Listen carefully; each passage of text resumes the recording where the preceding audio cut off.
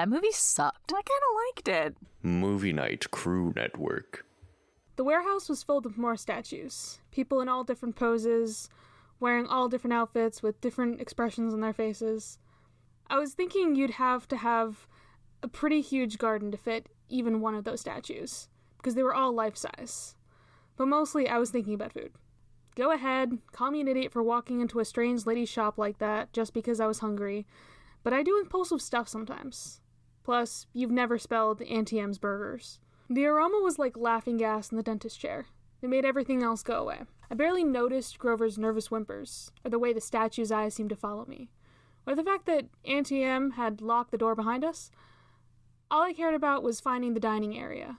And sure enough, there it was, at the back of the warehouse. A fast food counter with a grill, a soda fountain, a pretzel heater, and a nacho cheese dispenser. Everything you could want, plus a few steel picnic tables out front.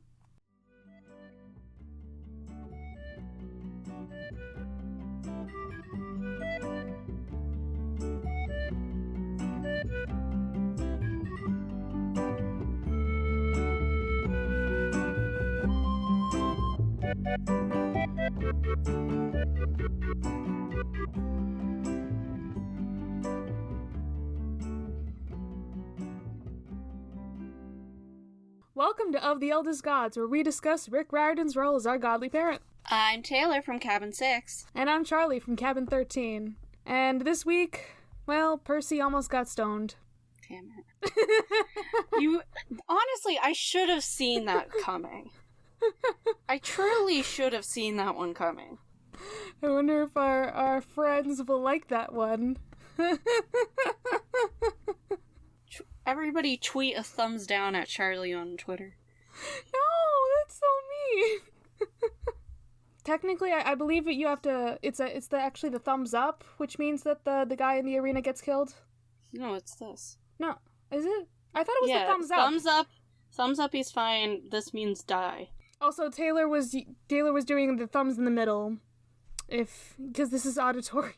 I don't know if you're leaving this in, but I heard that it was actually just the thumbs up, because the thumbs up means, yes, I want them killed. Yeah, it's to the side. I have questions about this, but we're not talking about this right now. It's not relevant. Taylor, you're now engrossed in this. Yeah, I am. I pulled myself away. You have to give us a recap of the chapter. What did we read? Besides Percy almost getting stoned.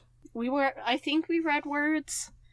I could have said that Uncle Ferdinand is currently stoned. Yeah, I mean, Uncle Ferdinand, with a name like that, he was always stoned. He was definitely stoned.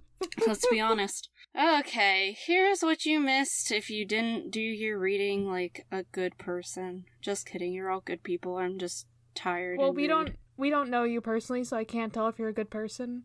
But you're listening to a good podcast, so you got good taste. I just like to assume none of our listeners are murderers or things. That's Never just my assumption. That makes an ass out of you and me. Damn it. Well, I just fucked our show over. Here's what happened in our lovely chapter this week. We visit the Gnome Emporium.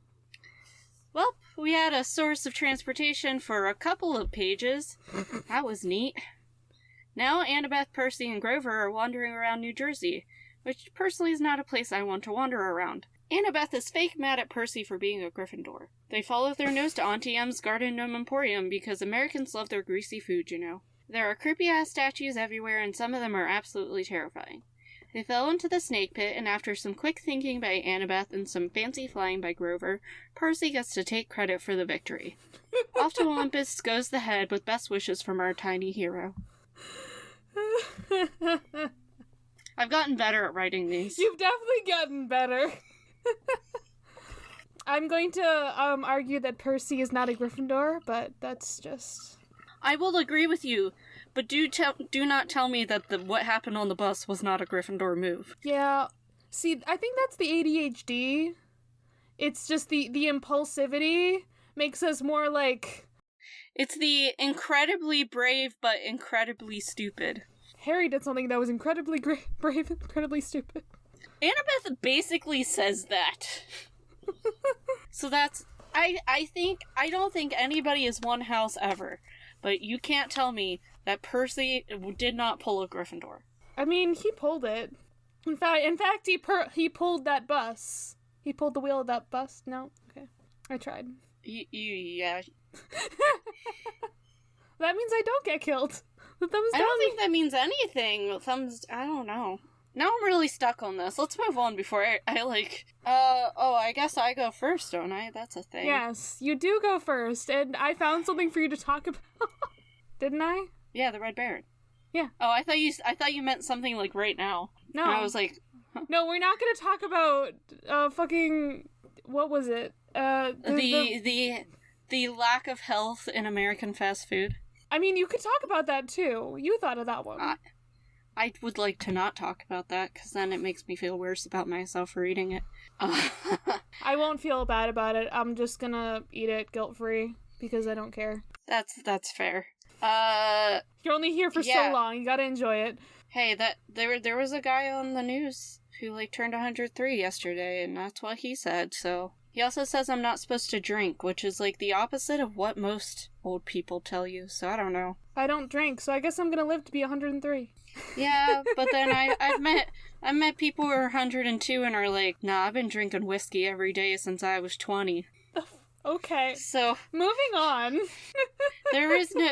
I mean, that's sort of a good lead-in to the person we're talking about. I know nothing about this, so please enlighten me. So, on Where the Fuck Are We? We're just, barely out of the Lincoln Tunnel in New Jersey. We're in Jersey. Everything sucks. Everything's legal in New Jersey, including pot, apparently. I mean, it might be now. I think it is. I don't know anything about Jersey. As a person who lives next to New Jersey, can I tell you how terrible New Jersey is? Do it.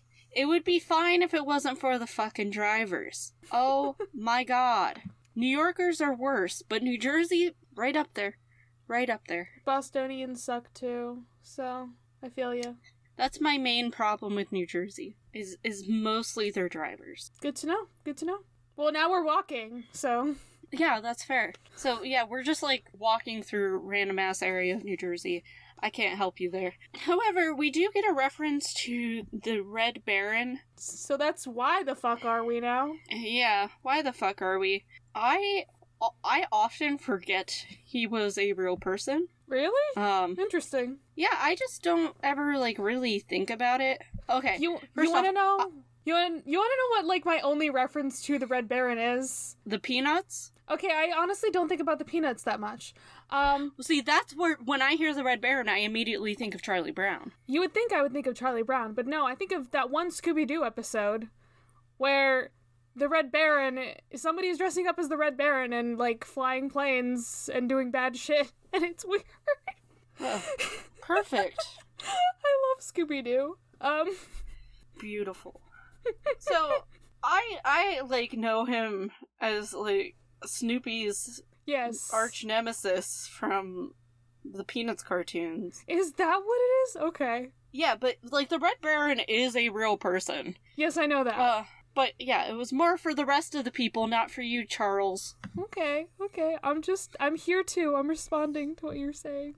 And I didn't mean to... So my cat's name is Charlie, and whenever he's meowing at me, I call him Charles. So I apologize. I shouldn't have called you Charles. I have many friends who call me Charles, so... I don't know. I felt weird doing it. I'm sorry. You are free to call me Charles. My mother calls me Chuck E. Cheese. So... Okay. Okay. So, the Red Baron, his real name is Manfred Albrecht Frere von Richthofen? Yes. That's a name. Mostly Manfred von Richthofen. Might be Richthofen. I don't know. German. No, I don't. He was a fighter pilot with the German Air Force during World War I. I just finished up World War I with my students. I am not a big fan of modern history, so that's where my issue comes here for not knowing too much. He's credited with 80 air combat victories, which also led him to be part of things often referred to as the Flying Circus, or as Richthofen's Circus, because of the fighter wing unit he was part of. Oh, wow. This guy was young. Yeah. Sorry. He was part of called the S1E11. So he dies during the war. So he dies in 1918. So he was only 25. 21. He was 21 when the war started. So he was part of the Prussian army from 1911 to 1915, and then he becomes part of the, let's see if I can pronounce. No, you can't. It's Luftstreitkraft. That's what it looks like to me. Well, I know it's Luftstreet, and I would assume Kraft is the name of the Air Force at that point. So he does end up dying in the war. He's probably, the most well-known fighter pilot of all time, at least out of the world in World War I.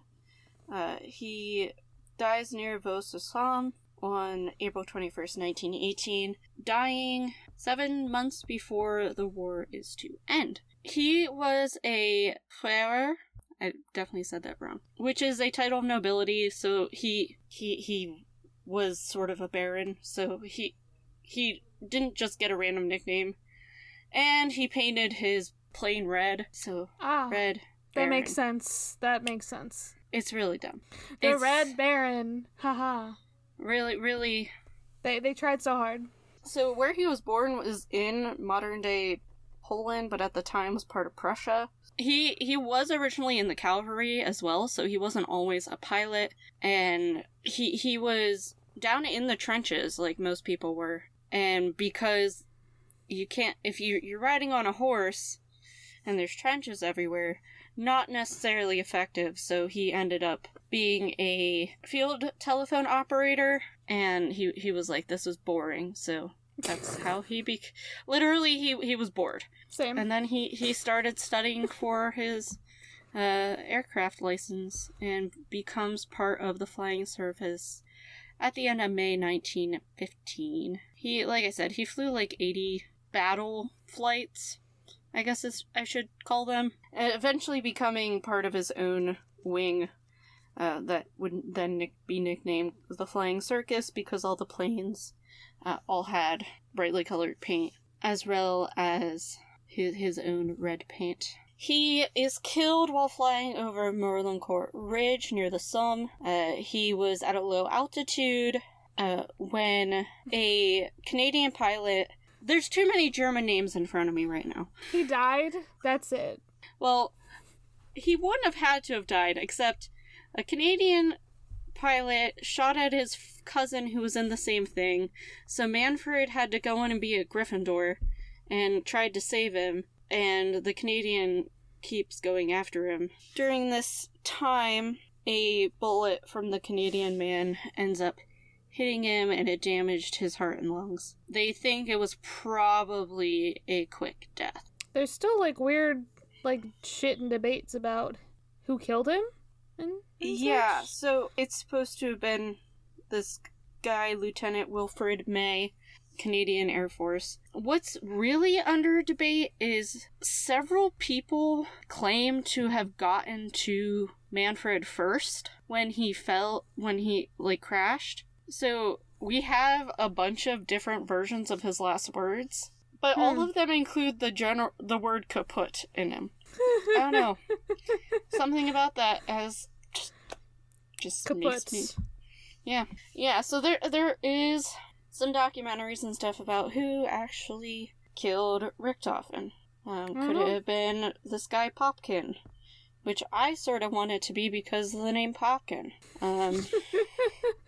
There could have been an Australian guy. There were too many people that maybe could have. So there are some people who say it was shot from the plane, from May's plane. Some people say it was shot from the ground. They are tending now, as time goes by, to say it was somebody from the ground who shot it. We will never know. The world may never know. No. If we find out, I will let you know. Good to know. But I don't think I'm going to find out ever. This is very intriguing and very, very related to this Yeah, I know, right? I was just like, hey, look, there's a history thing that was said in the chapter. That was gonna... anything World War I is gonna take you in a long tunnel. I will note that, to tie it back into World War II in our lovely hero, the Third Reich, they were real fans of him. They made like a huge grave for him, just with his last name, Richthofen, all over. Wonderful. So, that's that. Yeah. Yeah, like I said, the thing I mostly know him from is, of course, Peanuts. But you can see him in lots of stuff. Obviously, most recently, the Peanuts movie from 2015. There's also a lot of references made in certain Star Wars characters. Oh? Yeah, especially in Star Wars Resistance. Okay. I don't want to go too much into it, though, because... I wish I'd looked up what the episode was. There it is! The new Scooby-Doo movies episode, The Ghost of the Red Baron. Yeah. And you know what's funny about that episode? So, like, we got this guy in this red getup, like, also flying a plane, and then he's also got this little tiny remote control plane that they keep calling, it's the son of the Red Baron. And it's just so stupid. God, I love the new Scooby-Doo movies because they're just really bad. Oh, I think, it's the Three Stooges that are the guests in that episode, too. I think, Curly Joe is trying to, like, fly a plane. Sounds about right. Yeah, it's interesting. So, I do have a connection to the Red Barons from where I live in Pennsylvania. So, we have a few minor league baseball teams in Pennsylvania. One of them is the Scranton Wilkes-Barre, or Wilkes-Barre-Scranton, I don't know which order it goes in, Rail Riders. Well, they used to be the Wilkes-Barre-Scranton Red Barons for about 30-ish, 20-ish years. I don't know math. Interesting. Yeah, so about 45 minutes to an hour from where I grew up, for the first 8 years of my life, there was a baseball team named after the Red Baron. Can you tell Pennsylvania's very German? No. Oh, that's cool. You should come visit sometime, it's very German. Should I? It's just a lot of trees. Maybe once I'm vaccinated. Yeah, I'm fully vaccinated now, Charlie. I know you are. I'm half vaccinated. It's great. Okay. Are we moving on? I'm like... I'll stop talking about World War I. We were both in a bit of a haze there, because you were just like German names, and I was just like, what's happening? Yeah, there's too many German names. I'm not much of a German person, per se, when it comes to language. Okay, what should I talk about first here? I think I'll go with the shorter one first. So... Okay. For this week's In Case You Missed It, I'm gonna be talking about... well, a lot of Athena and Poseidon shit. Alright, first we're gonna get the lowdown on how Athens was founded. Fun shit. 'Cause it wasn't just Athena who wanted to claim this city. I mean, obviously she got it. I mean, is Athens named after Poseidon? Is it? Yeah, Athens is actually named after Poseidon. That's it. That's the end of this segment. We finished. So Athena and Poseidon compete for Athens. Whoever gave the people like the better gift would become their patron. And what does Poseidon do? He's like, I'm gonna strike the ground with my trident, and he made some salt. He made a saltwater spring. Great, I guess. Do we like saltwater springs? Are they helpful? Yeah, I don't know. I have no idea. I really don't. I mean, water is nice, but like salt water? But like salt water? I feel like salt water isn't helpful. Google, just give me a yes or no answer. I'll get back to you. Okay, good to know. And then what is... Oh, wait, sorry, there's two different versions here. I forgot. There's a version where Poseidon gives them the first horse. Okay, but like, I would have chosen Poseidon if he gave me a horse. Let's be real. I'm not a horse person, per se, but like I would. You weren't a horse person. I think the horse is better than Athena's gift, but Athena's gift is still better than the saltwater spring. So, what does Athena give them? She gives them an olive tree. Yep. I don't know about it's a tree you, that has but olives. I think olives are gross. So I don't eat olives. I don't either. I don't care about olives. I can't find out anything about if saltwater springs are useful. Listeners, if you know anything about them. Okay, so I'm just thinking, so isn't it like, if you put like salt on the ground, does that make it like hard to grow things, right? But like salt water, does that have any effect? There are certain things that can grow with salt water and certain things that can't. I have questions here. Why do they need a saltwater spring? Yeah, okay, so Poseidon, that first gift, that sucks. Athena's gift, that's helpful for people who like olives. Poseidon's gift of a horse? I'm going with Poseidon's gift of a horse. That would be my choice. But it depends on who you're asking, whether he did the stupid saltwater or the horse. So, that's... Olives are gross. Saltwater is gross. Horsies are gross most of the time. But horses are nice and useful. They and poop they're cute. on you. Okay, but so do children. You don't live in Pennsylvania where your roads are covered in poop. Okay, but like, this is like ancient Greece, where there's probably poop on the ground from literally every animal anyway. I don't like when the horse poop gets on my car. They didn't have cars. Go ahead, They probably I'm had a lot of poop on the ground from animals. I'm triggered right now. Keep going. Also, I don't know why saltwater springs were useful. It's about as useful as wood alcohol. Okay, so, there's interesting things about the root of the word, but also, like, Athens it's just for Athena. So it's interesting that they're like, oh, it means flowering city. Is that, I don't know. I mean, that's basically it. Athena wins, because, yes. It says 8 different etymologies now commonly rejected were proposed during the 17th.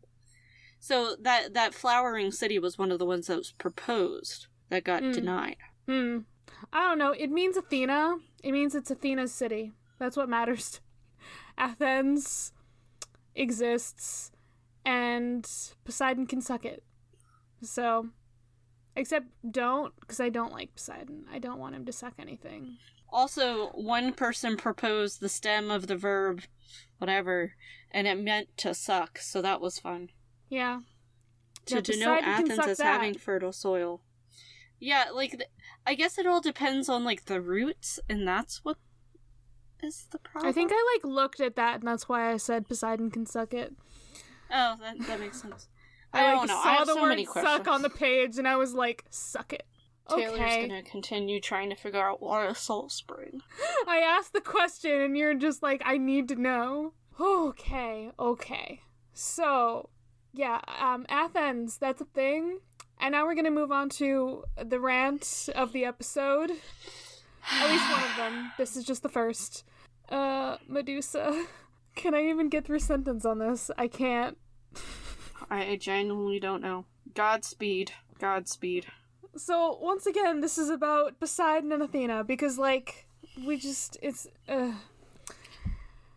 Rick did this to set up tension between our two heroes. Yes, but, like, Poseidon sucks. But I mean, you can argue Athena sucks sometimes, too. All Athena the gods sucks in suck. this. That's the thing. I do feel like a lot of the time, actually, in mythology, Athena tends to suck. More than we think about. Yeah, because we have, like, a favorable... There are times when she's not great. And you can say that about all of them, except Zeus is always not great. Yeah, but it's just, like, a lot of people are like, oh yeah, Athena, she's awesome. Like, she's badass and all this shit, and I'm just like, but, like... Yeah, she's a badass. She's just also a dick. She's a dick a lot of the time, guys. Okay, I'm gonna talk about Medusa. Okay, yeah. Medusa is awesome. She just... People were dicks to her. That's the problem. Yeah. So, fun fact, her name means guardian or protectress, which, cool. Interesting. I think it's funny that this says she's also called Gorgo, because that just sounds funny. I'm gonna start calling her Gorgo from now on. That sounds like a slur. Like, because she was one of the Gorgons. She's walking through the streets and somebody's like, hey, Gorgo! I think it's just making me think of a name from, like, a cartoon that I watch, and, like, the character is called Borbo. Oh, see, I thought about Gordo from Lizzie McGuire. See, I never watched Lizzie McGuire, so I just played, like, the DS game. Oh, as long as you played the DS game. I still have it. So, Medusa is actually one of 3 Gorgons. Although, things depend on the story, on how they either became Gorgons, or they were born that way. Who's to say? I think we only have one set of people who are her supposed parents, though. It's... Oh god, can I pronounce these words? I think it's Ceto is the one. I thought it was Cato? Cato Maybe. and Forcus? Forcis? Forcus? I want to say it's Forcus and Cato.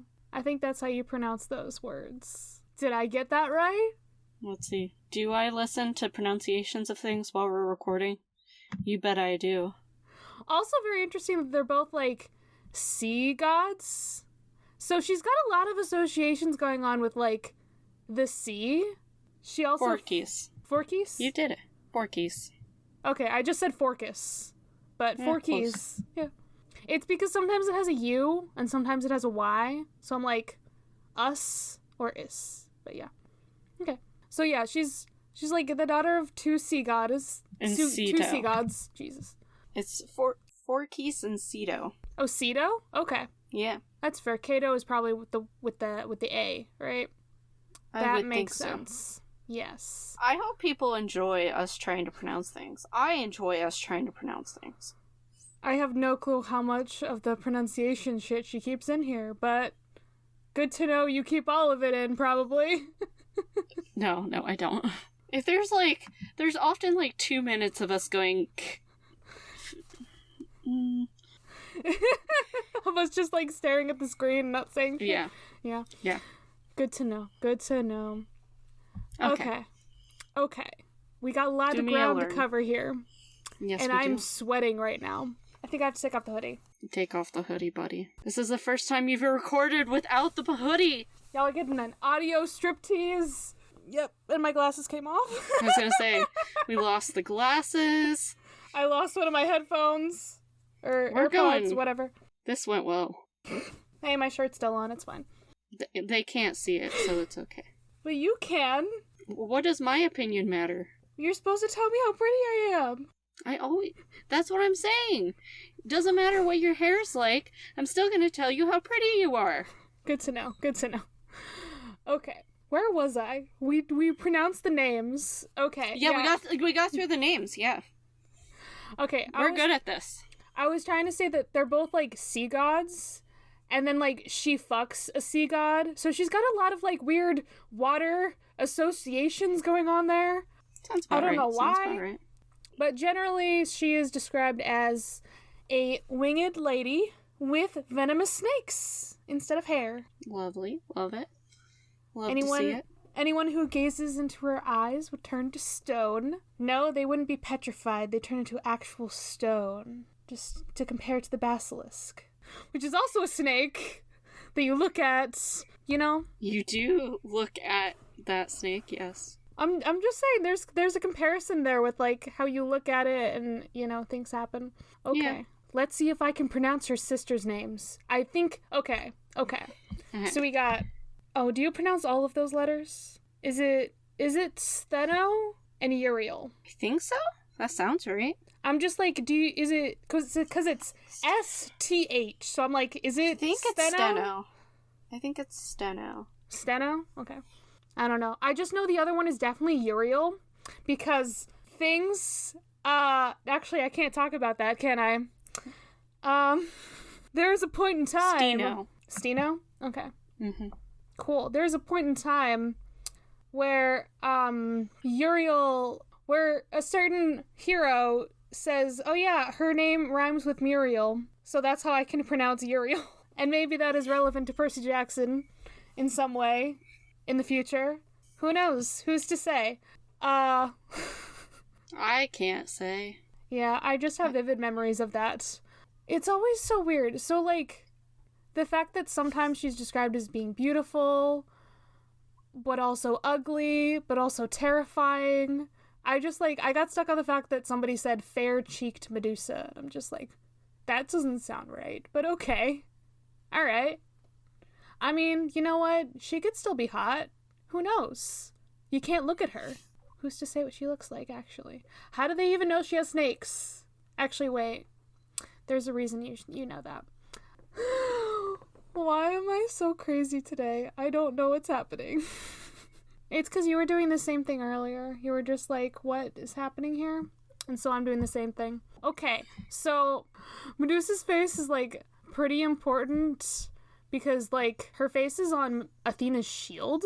And that happens, like, after the story. I thought sometimes it's also on Zeus's shield, but I could be wrong about that. Because it's the Aegis. Yes. Yeah. Okay. No, I'm right. Because Athena's shield is also sometimes Zeus's shield. It's called the Aegis, and it's got the face of Medusa on it. That could be important later. Who knows? Who is to say? I'm just gonna keep saying that phrase. What are you doing? Reading about her head being used in historical purposes. Okay. I'm just like, I'm seeing you, like, rocking back and forth. My kids have just gotten used to the fact that I do this. This is just how I sit, how I talk. I just rock. Well, some people, like, leg bounce. I just tend to rock back and forth. That, and You were an old lady. You were an old lady preparing for your rocking chair. And my fruit stand. Yes. Are you gonna knit me some electric blue socks? If only I knew how to knit. Okay, continue. I will purposely stop rocking. No, I like look back to you for a second. I'm just like, what's happening? Yeah, no, that's just me being me. It's because I'm, like, distracting myself here. Okay.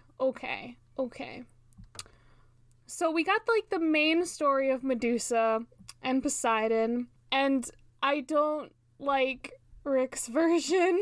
Then again, I don't know if I like any version of it, because it's just terrible. Oh yeah, none of the versions about Medusa are good. Because does it always involve rape? I don't, it seems like it does. Well, Rick makes it seem like it's consensual. Exactly. Which, as much as I'm like, I don't like rape all the time, I don't like the fact that he was like, nah, they were just like boyfriend and girlfriend, and I'm just like, okay, I know this is for children. Yeah, like, I understand why he did it, but we have to also acknowledge the power dynamic. Even if you don't want to say it's traditional, like, like, somebody forcing themselves on another person, you can still have rape and a power imbalance in a relationship. So, I don't know, I would still classify it even if they are dating. I don't know, I feel like it just went a little bit too hard into, like, they were boyfriend and girlfriend. You could have just said, like, we had sex that one time. Like, you know, we went out this one time in Athena's temple, and then I got, like, fucked over. But, like, obviously don't use the word fucked because it's a children's book. But you know what I mean, like, the fact that, like, Medusa's still, like, stuck on Poseidon in Rick's interpretation, I'm just like, that doesn't sit very well with me. Rick, you can interpret it however you want. I just don't love that. Because Medusa is a victim. Okay, and so, yeah, so sometimes she's born as a Gorgon, but, like, in the famous story that we're talking about, she is turned into a Gorgon after Poseidon forces her to have sex with him in Athena's temple, and Athena punishes Medusa by turning her into a Gorgon. And does it say how her sisters are, like, even involved here? I feel like her sisters are more part of the, like, the older version of Medusa where they're just born that way. Because Rick's like, oh yeah, they helped her at the temple, and I'm like, I don't see shit about her sisters after like they were born as Gorgons thing. So I'm gonna say they're like an older version, probably.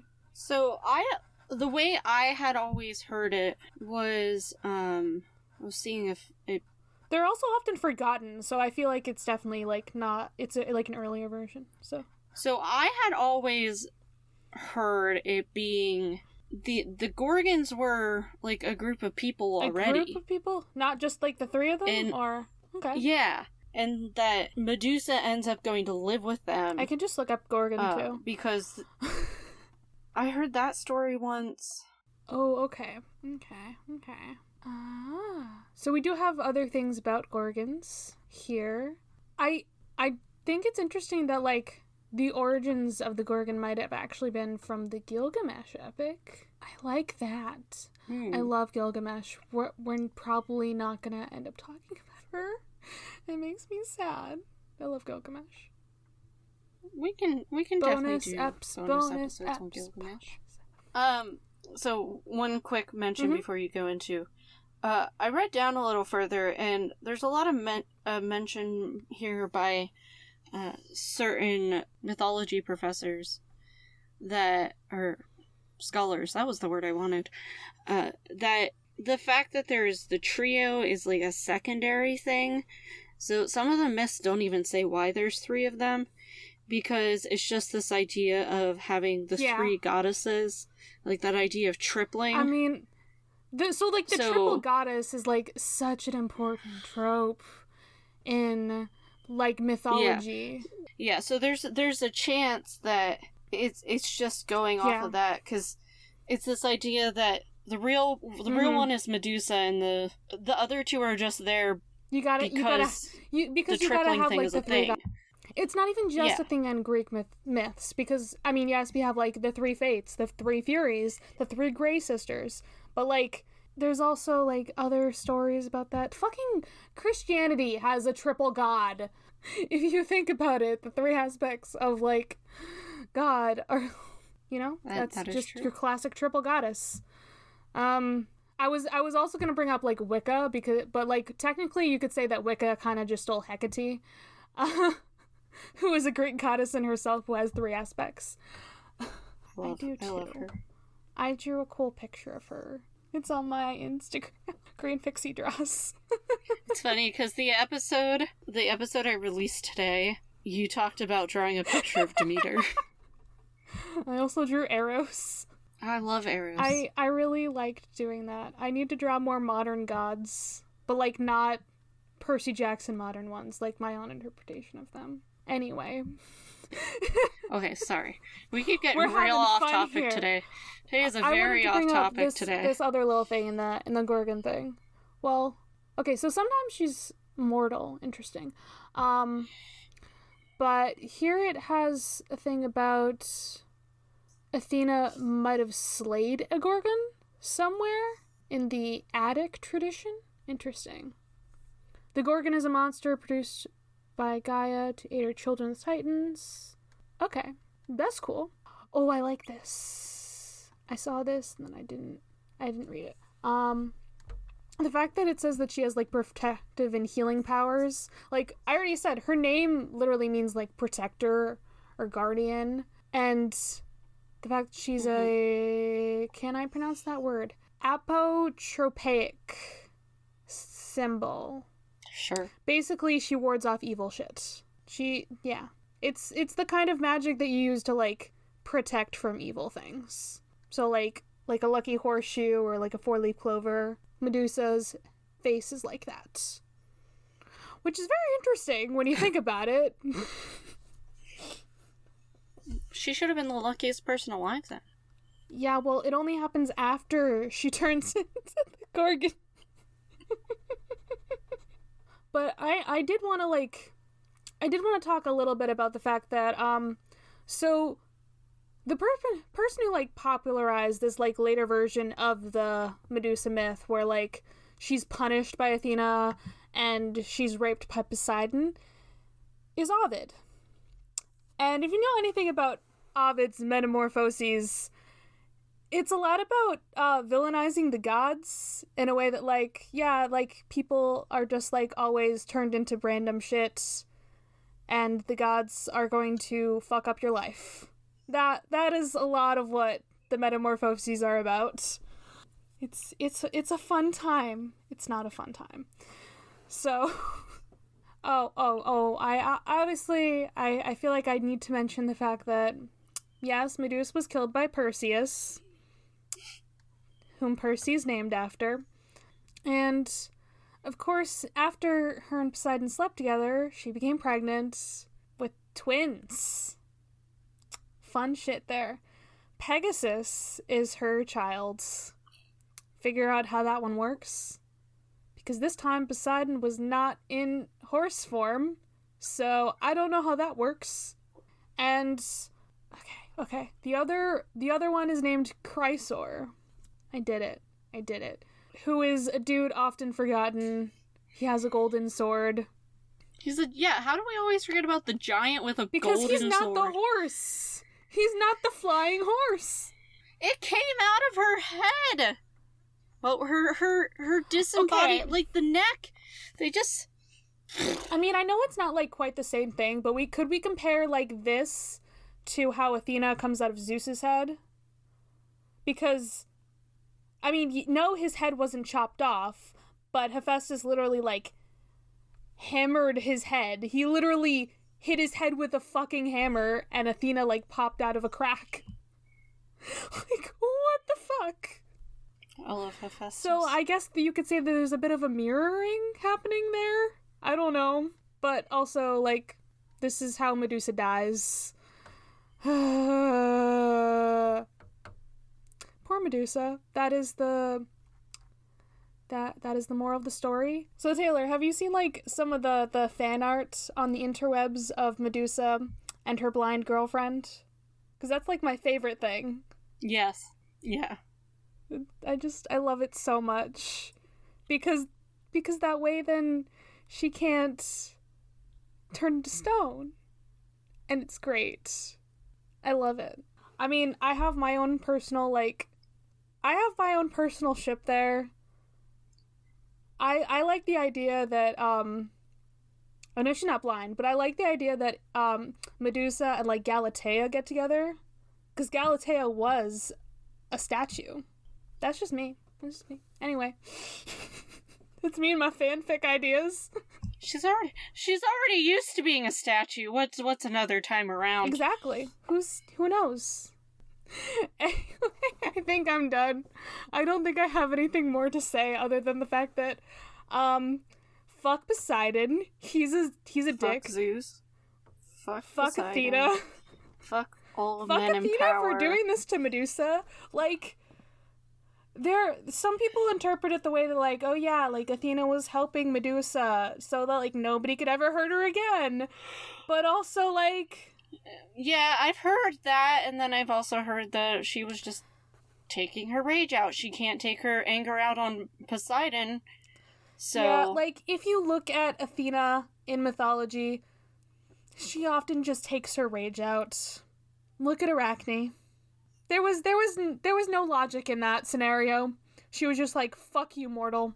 I'm pretty sure that's also in Metamorphoses. It sounds about right. I think so. That sounds like Ovid.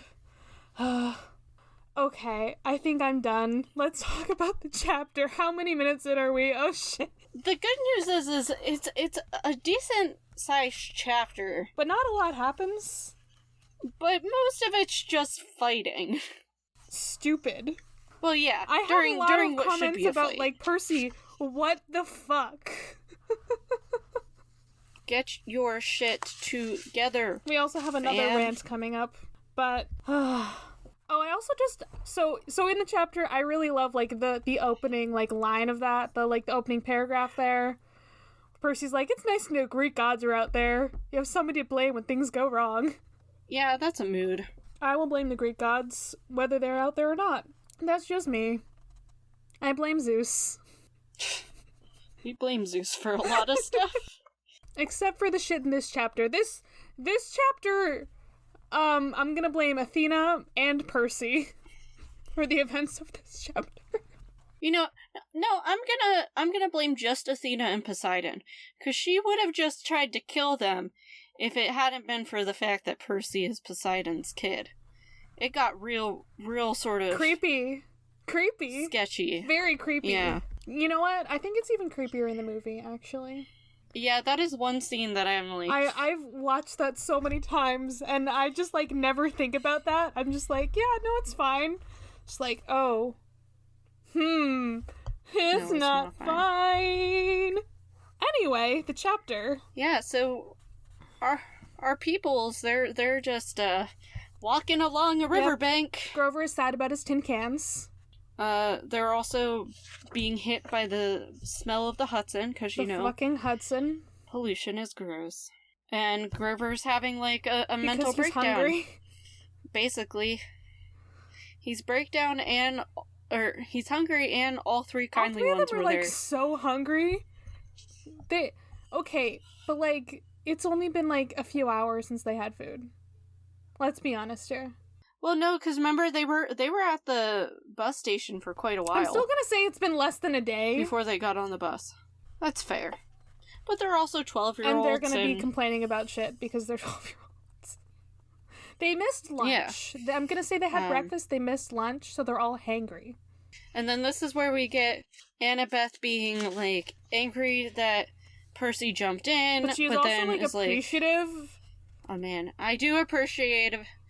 Because she's gonna assume that because she's like, I shouldn't like you. Their parents hate each other. She wants to hate him, but she can't hate him because he helped save her life a little bit. And she's just like, it's just that if you die, aside from the fact that it would really suck for you, it would mean the quest was over. And such 12-year-old logic. She's not wrong. She would have to go back to camp. This is her only time she might be able to see the world. But it would suck for you, but, you know, it would also really suck for me. This feels like a Hermione moment. Or worse, expelled. like, dying is first. But, like, the worst part is not getting to see the cool shit. I'm like, I get it. She was 7 when she got there. She's been to camp, really. And that's it. But, you know, the real world, that's where the monsters are. I love that line, even though that's not what she's saying. She's not saying what you and I would say. She's saying actual monsters. Yeah. We're saying people. Yeah, people suck. Terrible. She starts to sort of mention her dad and how it didn't work out for her living at home, and how it's just weird because she's just trained since she was 7. Like, that is her world. Percy thinks it's weird going to camp and seeing that world, whereas Percy's world is weird for Annabeth. I can show you the world. And I can show you New Jersey. Oh, don't do that. I promise I don't hate Jersey this much, but... It's fine. Eh. Grover wants to help, but he can only play Hilary Duff. Of course. I love Grover. I do want to go back, like, a couple lines when Percy tells Annabeth, he gives her a compliment. Anybody who can piggyback ride a Fury is okay by me. Well, because she was holding the knife. And he also said, like, you're pretty good with that knife. Yeah, like, he's complimenting her, and she's like... And she wants... Okay. Something happened on the bus that she wants to tell him, but then Hilary Duff starts happening. I know what she wants to say. I realized it just now. I think it's because, remember, I mentioned this in the last episode. It's because the Fury said, where is it?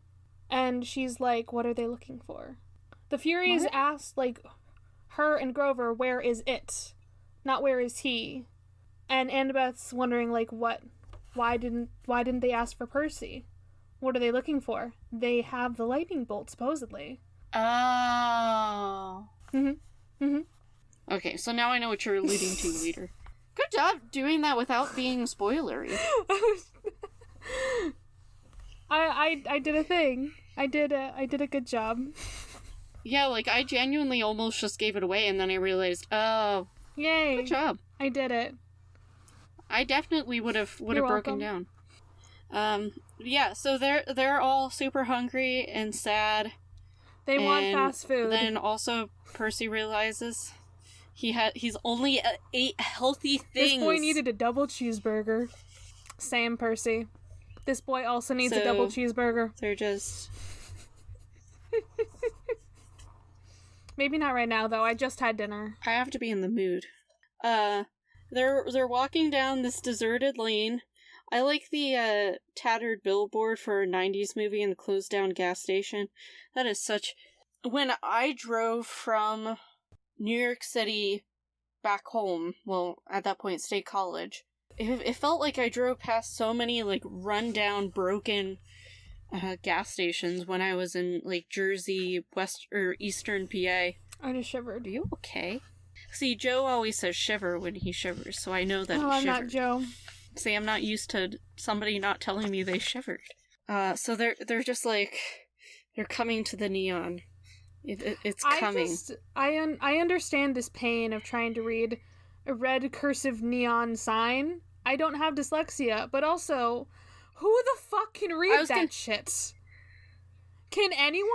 Yeah, I feel like any hot color in neon with cursive is not okay. I really don't think cursive should be in neon at all. I don't think cursive should be on signs. Just in general. If you want cursive, it should be on, like, that, the letter you get from, like, that one aunt who also gives you a gift card for some reason. You know, like, cursive is not for a sign, because a sign is something you need to be able to read quickly. Yeah, it's like, I can read cursive, like, It takes me, like, a second, you know? But yeah, if I'm just glancing, I'm not gonna just... It's not as easy to read. So, for the listeners, I deliver pizzas, and there are some people whose like, house numbers are in cursive. Those are the houses I miss, and I have to, like, go back to. 'Cause if I can't fucking read the sign on the house, it's such a problem. I hate cursive. I hate cursive signs. And then they get mad if they're pizza. No, they don't get mad. But, like, I do look like an idiot because I have to, like, circle back to the house. I'm sure you're not the only delivery driver who has to. Don't get me started on delivering to main roads. Okay. Yeah, so they're struggling, and it's one of those few times where you see Annabeth say, I don't know. She said, I don't know. Write that one down in the history books. She said it. Let's take our... We'll just have a tally going of any time that Annabeth says, I don't know. This might be the only time, but just in case. Yeah. So then Grover has to translate. I love how we use the word translate. Auntie M's Garden Gnome Emporium. And she doesn't sell gnomes. That's the thing that annoys me. I showed Taylor my gnome before we recorded. She does have 2 gnomes in the entrance. But the whole thing should be gnomes. Because it's Garden Gnome Emporium. It should be all types of gnomes. I will fight Auntie M. But actually I won't. I will go and say, hey, are you okay? Are you doing okay? Because, like, Athena, she did you wrong. But also, please don't go killing people. Yeah, we see, like, a bunch of quote, statues that are, like, forest of statues. Animals and children, and then Grover freaks out because he thinks one looks like his Uncle Ferdinand. Like I said, that guy is definitely stoned. Ferdinand. And Grover keeps trying to tell them to stop. He's just like, yo, stop. I wonder if Medusa smokes weed.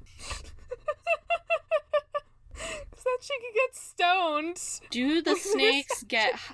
Can the snakes get high too? I want to know how sentient the snakes are. Do the snakes have to each smoke a blunt?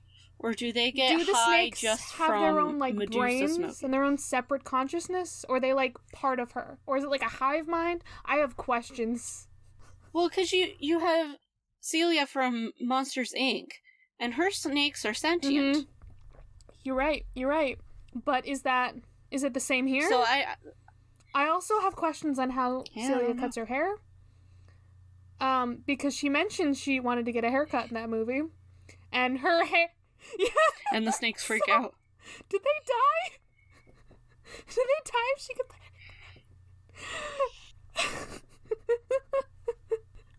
So I'm gonna rant for a second. Please do. I know what you're gonna rant about.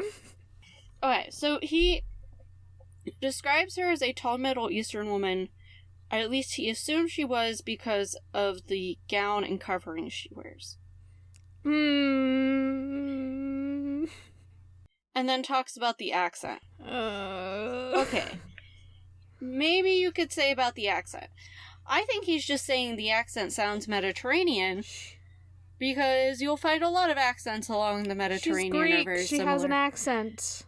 Yeah, he's also a 12-year-old boy in America. He probably just doesn't know. I think it's sort of insensitive to those of a few faiths, I mean specifically Islam, to have her being portrayed as wearing traditional dress from that era, especially, or area of the world, especially as women, because to them it's a sacred thing, and it sort of comes off to as almost making fun of it in this by using it in a children's book like this, and could lead to stereotypes with the kids who are reading it. Yeah. Seeing, if there's a woman in a full, I forget what the one is called. That's the entire. Is the burqa everything? I don't know enough about the terms. That's a term. I think the burqa is when it's everything. Sorry. I should know this, but if they're gonna see a Muslim woman who's wearing traditional dress, has the head covering, has the face covering, they're gonna assume she's going to be evil because of this. I don't like it.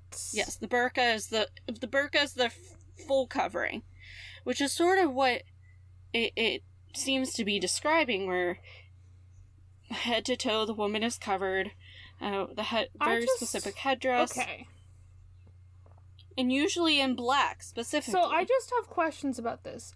Why did he feel the need to have her in this outfit? Like, if you want to give her some kind of, like, scarf over her head to cover, like, the snakes, okay. I don't know why she had to have, like, the whole, like, dress and everything, too. And, like, just, like, the entire veil thing. I don't know. I feel like it's just a lot. Yeah, I could see if he really wanted to use that kind of thing. There are other head coverings that are used. I mean, most people think of the hijab, but other ones do cover the face without doing the entire body. Because it just seems like she's covering her entire body and shit. And... yeah. Because it's the long black gown covering everything but her hands. So that implies the burqa. And I just think using that imagery for a villain... yeah, like if... quote-unquote, a villain in this story is harmful to stereotypes that are continuously being perpetuated. It's like if this was representation for somebody who wasn't a ferocious monster that Percy has to kill... Then if it's not a villain, go for it. But like, and it's not even being used in a way that's respectful towards a religion. It's disrespectful to the idea of women who are wearing the burqa are doing it for a very specific religious reason. They think it's respectful to God. Just a side note, Allah means God in Arabic. Just so that somebody doesn't yell at me. Allah literally means God. It's not something else. That's always a big pet peeve. People think it's just some, like, It's like Zeus, where it's a different god. Sorry, I needed to get that off my chest. But they do it for a very religious reason. It's how they show respect and faith. It sort of makes it seem like it's just a silly thing women can just take off in this sense. That's why I'm like, don't have her be... she should not be portrayed as any sort of Muslim woman, I don't think, because she's a villain. So, like, why not have her have that, like, just a scarf and, like, sunglasses or some shit, like she's, like, a celebrity in disguise. I'm pretty sure that's literally how she is in the movie, is, like, something like that. Yeah. Yeah, she's, like, wearing, like, regular clothes. I'm, like, trying to... But, yeah, so that's my, my anger right now. Yeah, so show me her entire body. she's definitely got the like sunglasses. A trench coat or something. Yeah, and she has, like, a towel. It looks more like a towel. But I think it's a type of turban. But, yeah, I don't know. I'm just a little peeved. Yeah, this is... I remember this look. It's such a look. Thanks, Uma Thurman. I can't wait till we cover that movie. The movies are just fun. Like, in a bad way. Anyway, so yeah, this was bad, which is why that's not the description that I chose for the beginning of this episode. Because I was like, nope, not doing that. Yeah, because, like, normally we try to do something that describes, like, the people we're seeing, the characters. No. But, I don't know. We just, as people, like, both Charlie and I are uncomfortable by this. Try to be mindful. Yeah, we try to be mindful of content we're putting out, and this genuinely makes us uncomfortable. On that sad note. Okay, yep. The children are orphans. Okay, so this... Let's just change the mood of this pod, again, abruptly, because this is just funny. This is stupid and funny to me, where Percy's like, we're orphans, we got separated from a circus caravan. Percy, what the fuck? Percy... He's just terrible at lying, I guess? This is information. Okay, can I just read this paragraph? This is so stupid. We got separated from our caravan, our circus caravan. The ringmaster told us to meet him at the gas station if we got lost, but he may have forgotten. Or maybe he meant a different gas station. Anyway, we're lost. Is that food I smell? Like... Just imagine a small 12-year-old boy asking this and just, like, saying it that fast. Just being like, I want food. It's so funny and stupid. And, like, this... Of course, I just thought of, like, a character in a series that I like, that she always has to lie, and she's really bad at it. And always comes up with, like, stupid things, like, I guess I'm into amateur taxidermy. That's it. That's an excuse that was used. And it's a time. House of Anubis. It's a fun show. It is a time. Claire will get my reference. Hi, Claire. This is a test. And then, it also ends with the funny line, your head is full of kelp. He's a kelp head now. Did she already say seaweed brain? I don't think so yet. Did I miss this? I should have written that down. I feel like she already said it, honestly. And I feel like I wrote it in all caps. She might have said it. I feel like she said it once. And I like typed it in all caps. Okay, so he's like, go ahead and call me an idiot. Okay. Percy, you're an idiot. It's just... I'm not a big burger person, so, like, this definitely wouldn't... Okay, but this entices me so much.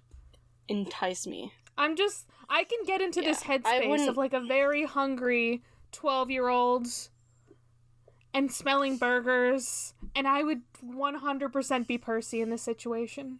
I'd just be like, hello, food? Thank you. Hello, food. I might not have come up with that lie. I would have just said, yeah, we were on a bus, and it broke down, and we got lost. Because we wandered into the forest for some reason. Am I, like, behind in trust now? It's just so the funny. sleeve. Okay, so they stuff their faces. Actually, I just want to say...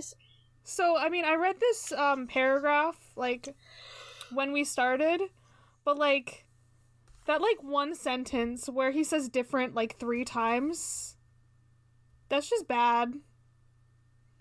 I was just like, I have to read this. I can't just, like, say in the middle of this, wow, this is bad writing. Once again, remember, it's emphasis for 12-year-olds. But I'm just like, different poses, different outfits, different expressions. Please, just use a different word. Anyway. Or just say different blank, blank, and blank. Yeah.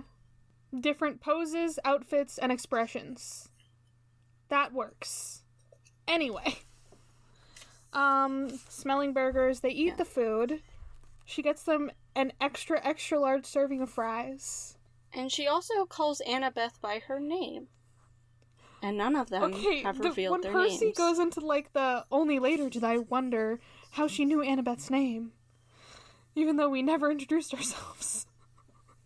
He keeps going into that, like, vague, like, slightly omniscient. And you know Annabeth had to have had her senses down. Or to have really been hungry to have let them down. Annabeth gets her senses before Percy does, obviously. I think it's until she's had food that she's like, okay. But Percy just is buying into it. He's, like, totally buying into it. And part of it's he's just not used to the world he's in now. I want to think that I would be somewhere between them. How about that? I would be like, I want the food, but also this is suspicious. But also, can we get the food first? And then let's run out. I feel like I wouldn't even be worried. I wouldn't have been worried about the food. I would have been so tired from walking that I don't think I would have made it into the food. So they'd just be dragging you. Just knowing me as a person. I'm just imagining, like, they're dragging you and you're like, food, like Grover was earlier. Yeah, so how the fuck does she know Annabeth's name? We don't know. We just know that her hair hisses. Her hair That's hisses. Fun. What does she say it is? The deep fryer oil. I mean, Grover's line. I take vitamins for my ears. Don't we all? I just imagine him putting vitamins in his ears. Percy's starting to get unsettled. He's not carrying as much. He's still, like, and now he's sleepy. Okay, do you think there was something in the food? Oh, yes. I think she tricks them all in with their food and slows them down. So that even if they do try to run, they're going to be so tired it's kind of like the Hansel and Gretel effect, where it's like you gotta, like, fatten them up to slow them down. Yeah. I could have talked about Hansel and Gretel for this episode, because that's relevant. Listen, it is a trope.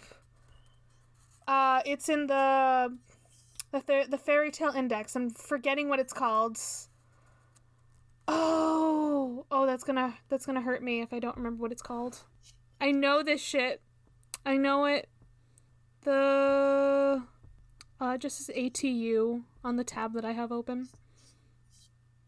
Aarne Thompson something index. I hate myself now.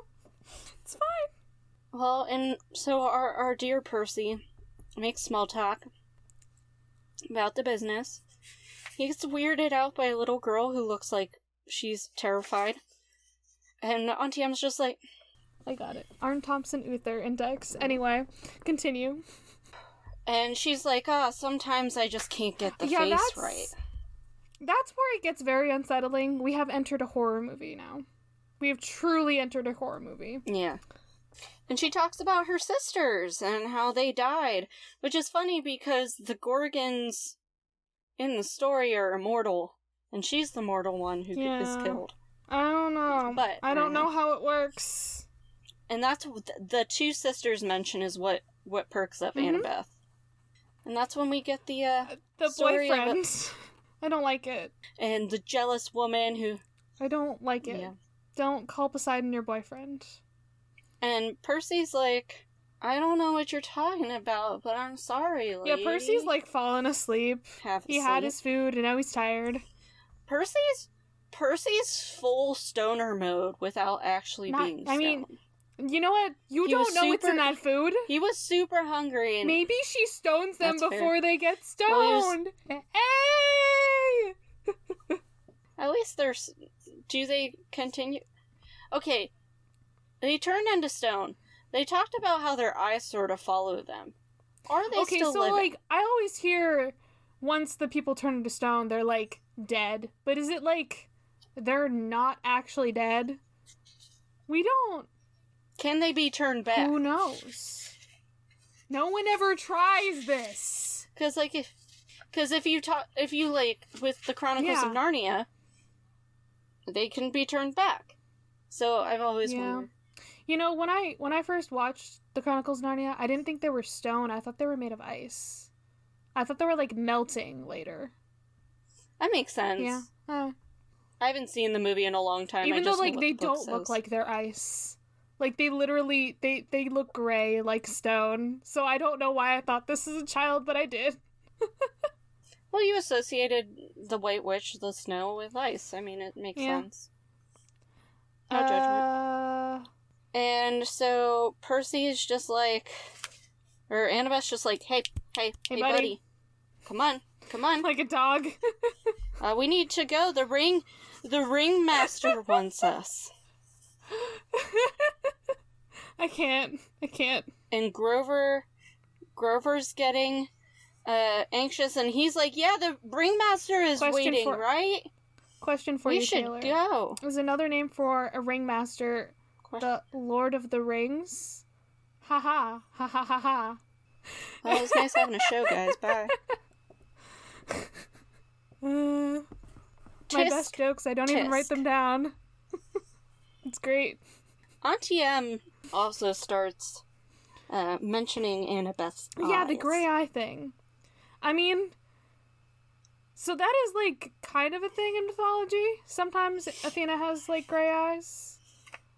Or, like, she's, like, gray something. Or at least very noticeable eyes. I think sometimes it's, like, bright eyes that you know actually. belong to her. Yeah. Her eyes are important. I think it just depends. So she's like, well, before you go though, you can sit and for she never a picture takes out for a camera. Me. Everybody likes pictures. Yeah, and they're all like, Where's your camera? Where's your camera? Still let me just take off no this camera. Headdress. I can't see well. She can't see well, and Percy, yet she's like, I have wrong. enough light here. I love how Grover's like, that is Uncle Ferdinand, and Annabeth is like, go! And then, I mean, the rest of the chapter is just Percy wanting to look up, but not looking up. Annabeth and Grover trying to get Percy to not look up. We got a good action sequence here. Percy's like, Auntie M. How could I have been so stupid? Duh! And so he's like trying to figure out, okay, well, how does Perseus kill her? Well, she's sort of awake, so that's a little bit of a problem. I could have mentioned the fact that, Perseus killed this woman while she was sleeping. The other interesting thing is, like, Perseus has Hades' Helm of when Darkness. He does that. So he is also able to, like, Perseus sort of, got, like, a bunch of... Annabeth's invisibility shit in that myth. He got stuff from the Helm of Darkness. He had, like, Hermes' shoes. He had, like, a magic sack to put the head in. And he had, a magic sword. Oh, I could talk about the sword. So, And she's just, like, trying to say, don't be a pawn. Just look up. You won't have to deal with it anymore. Stay with me. Are we playing chess, Medusa? I wonder if she ever gets, like, really bored that she just sets up all her statues like a chessboard. And she just plays out like wizard's chess like in Harry Potter. And then she's just like, okay, I don't really like the statue anyway, I'm just gonna destroy it in this game of chess. I am a huge fan of Grover in this chapter. Where he's the Red Baron? As terrible as the Red Baron is. He even wearing red? I thought his hat was, like, green or something. I think the shoes might be red. Are they? I don't know. I think it's just, like, the fact that he's an ace pilot. I don't know. Yeah, Percy was trying to make a reference. Good for him for knowing He probably who the Red watched Baron Charlie is. Brown. Or Scooby-Doo! Yeah, that's probably... So, he's, like, whacking her. Percy finally gets away. And then, Annabeth finds him and tells him how to deal with her. And he wants to run away at first. And And you think he's a Gryffindor? I said in that one moment, I agree with you about what he is. I was saying that one moment he was a Gryffindor. This man wants to run and hide. He ain't no Gryffindor. He said he did something brave but very stupid. As heroes do. Wait. And I like how she keeps trying to talk about convexivity of the glass she... And he's like, that's not English. I think I glazed over that because I saw a term that I was like, what?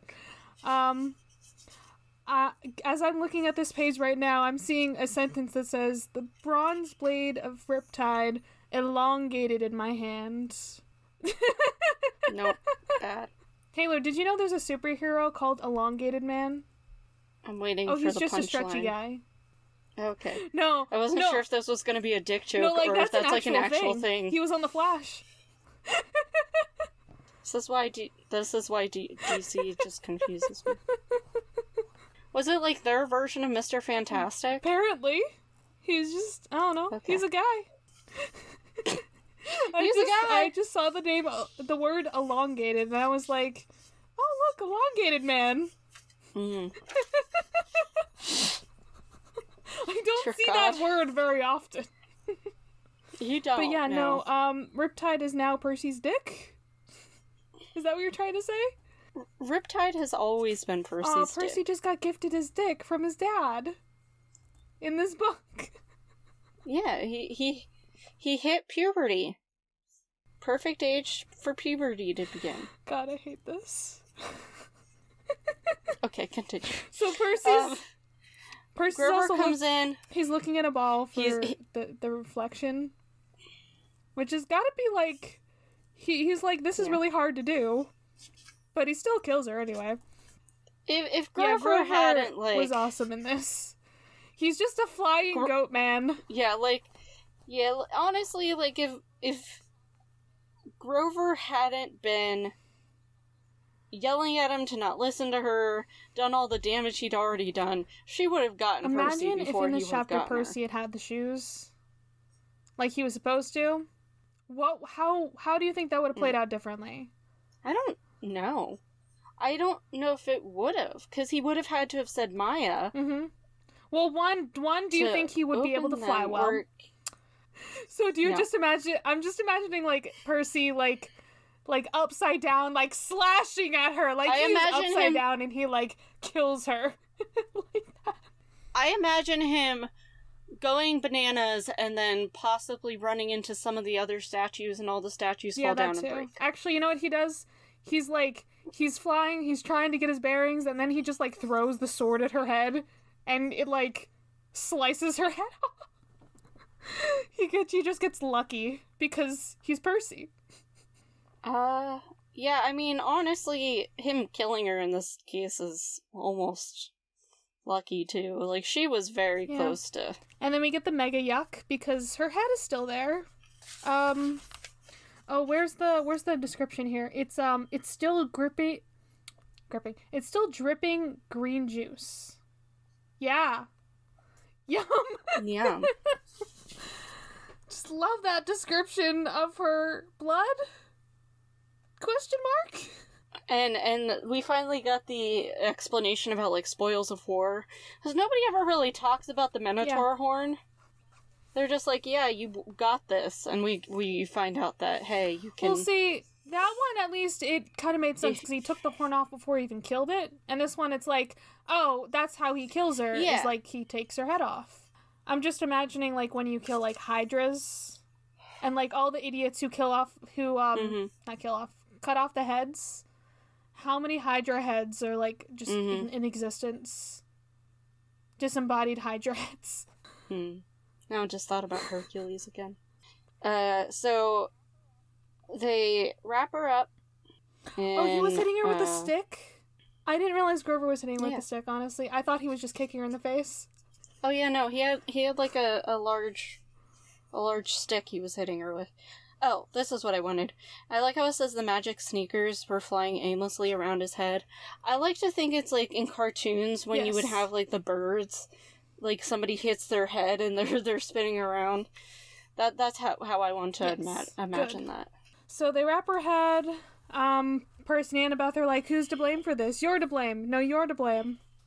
And and then it's whose parent do we blame? And then I love Grover's like, you two are giving me a migraine and satyrs don't even get migraines. This is some interesting health and science from Grover. Satyrs don't get migraines. Good to know. And so he does something a little reckless. Percy, like everything Percy does. And I like he like takes some time for this thing. We're saying the same thing. That he finds the address for the underworld. I'm just like, oh, this was helpful. The fact that like they actually went in here, and he was going to do this shit. Because if he hadn't done this shit with Medusa's head, then he wouldn't have found that, and they would have been aimlessly wandering. And Los Angeles is not a place you want to aimlessly wander. It's not. Any city is not a place you want to aimlessly West wander. Hollywood. Is that the same place? So yeah, it's one of those where it's like a part of the bigger. Okay. But it's not like downtown Los Angeles. Okay. They're saying that this thing is saying it's West Hollywood is part of Los Angeles County but not Los Angeles City. See, I'm just on Google Maps here. And it's like it's got Los Angeles, but it's got also West Hollywood like over there. So it's like, it's Beverly Hills. Beverly Hills is right next to it. You're there? I don't know. Yeah, so it's like Beverly Hills. I don't know. This is dumb. I'm glad I cut you on another tangent before we end. You're welcome. Anyway, Percy's a little shit because he goes and he gives Medusa's head to the gods. Because he's like, fuck you. Does he imagine them like opening it? And then, like, turning to stone? Is that what he wants? No, I genuinely think he wants to be like, I'm doing shit. Yeah. You've discounted me this far and made me go. If I were Percy, I would have been like, I'm gonna send this to them. I wonder who's gonna turn into stone. It's gonna be a great prank. See, I don't think the gods would be able to turn into stone. Yeah, but once again, Percy doesn't know anything about mythology. So, I feel like that's definitely a thought that could be thought. And it's just magically sent off through the Hermes Overnight Express. And Annabeth says her famous line, we need a new plan. As they always do. Also, Percy is impertinent. We did it. Impertinent. Yes. I like how she's like, you're being impertinent. And he's like, yeah, impertinent. I know. Yeah, that's like not something to argue. I know I am. I know I am, but what are you? What's your plug today, Taylor? I am going to plug The Masked Singer because I love that show. But I assume that's the show where somebody is masked and they sing. Do you actually not know what The Masked Singer is? Because I'm concerned. No, I don't. I don't pay attention to anything. I just know that people have talked about it. Yeah, so it's all like celebrities. Think Dancing with the Stars, but you don't know who's there. They're in like these elaborate costumes and they're singing, and you know they're celebrities and there's clues and stuff, and the whole thing is to guess who they are. You can't just tell from the voice. And we watched the first. They have a voice modulator when they talk. Sing. It's really hard. One person. So spoiler alert for season 2 that happened like 2 Christmases ago. I'm not. I think the spoiler ban has been lifted on that. Wayne Brady was on the show, and he is one person, as soon as he started singing, I knew it was him. And the main reason being, when I saw Kinky Boots the second time, Wayne Brady was Lola in Kinky Boots. So I'd like seen him live performing, and Kinky Boots sort of has a variety of music types throughout.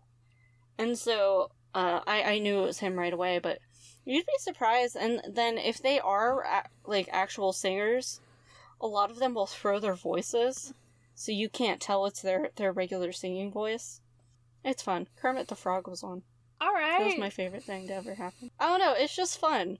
Joe and I have fun watching it, and I don't know, it makes me smile. It's dumb but great. Amazing. Oh, also Jenny McCarthy Wahlberg is on it, and I want her to disappear forever. I guess I'll just make sure that's known. Okay.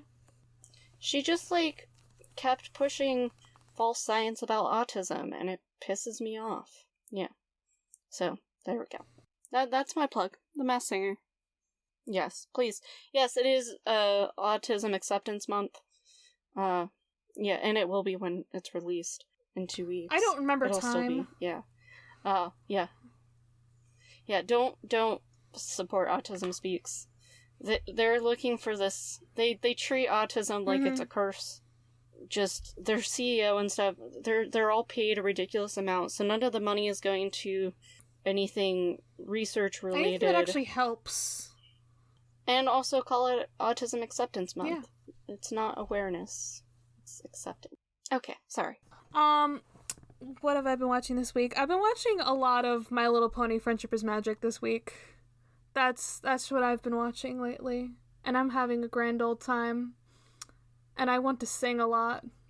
Didn't that come up because somebody mentioned in the Discord something about My Little Pony? Christina mentioned it, and I was like, oh, this is on like my list of things. I'm just gonna bump that up, and now I'm watching it. All 9 seasons. And like 5 movies. It's fine. I'm fine. I love Pinkie Pie. Anyone who likes cartoons and anything that's magical girl related, I recommend it. I don't pay attention to anything in the fandom, except for like my friend Millie, who does like adorable little pony drawings, and that's about it. I don't pay attention to bronies, so I've never had a problem with it. Yeah, like if you like My Little Pony, it's literally just wholesome magical girls, except they're ponies. Yeah, it's just like, don't be weird about things. That's just with any fandom, as long as you aren't just being creepy with stuff. I don't care, you do you. I like magical girl things. They're very wholesome. I want to leave now. Okay, then I will, leave. But first, Taylor, come out of your fucking closet.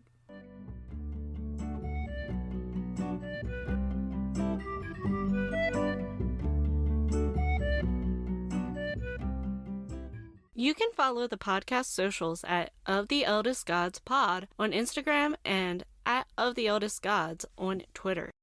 You can send an iris message to us through oftheeldestgodspod@gmail.com.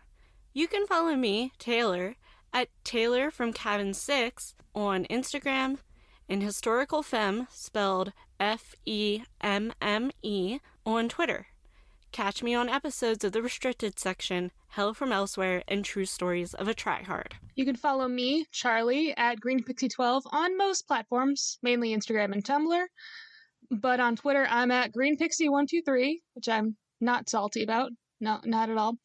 I also have an art Instagram that I sometimes use at GreenPixieDraws.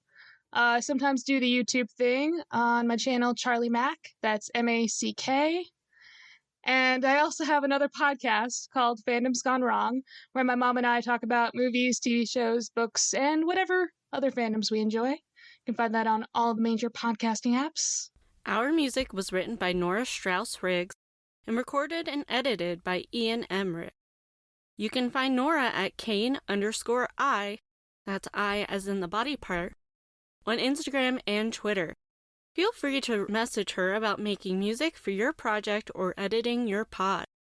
She's the host of Siblings and Fandoms, where Nora and her sister Maddie talk about fandoms they're part of, ones they're not, and everything in between.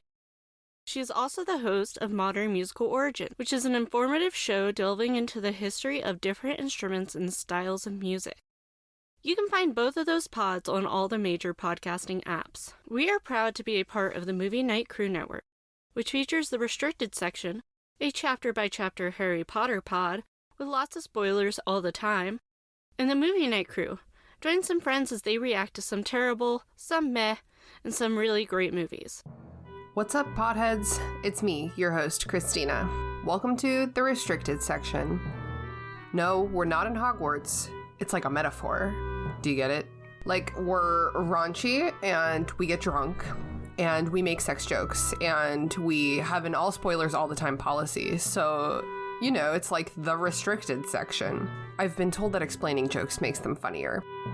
If you've ever wondered how the Marauders map actually works, if you've ever thought that maybe Snape sometimes wears jeans, if you've ever thought that Draco and Harry are for sure in love, I mean, they're for sure in love. If you've ever had a hard time deciding who you'd rather bang, Bill or Charlie, obviously Charlie, then this podcast is for you. You don't even have to do the reading, we'll do it for you. Catch the Restricted section every Wednesday wherever you get your podcasts, and find us online at Restricted Section Pod.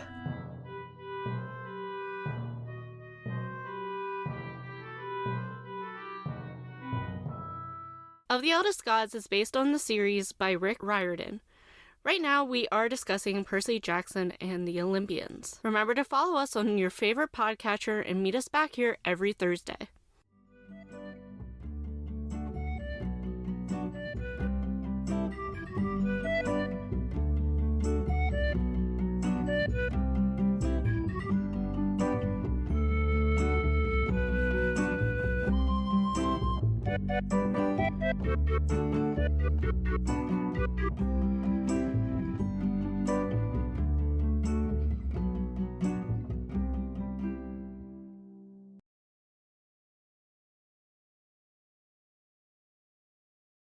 Well, I feel gross today, so I'm gonna share things that you don't want to hear. That movie sucked. I kind of liked it. Movie Night Crew Network.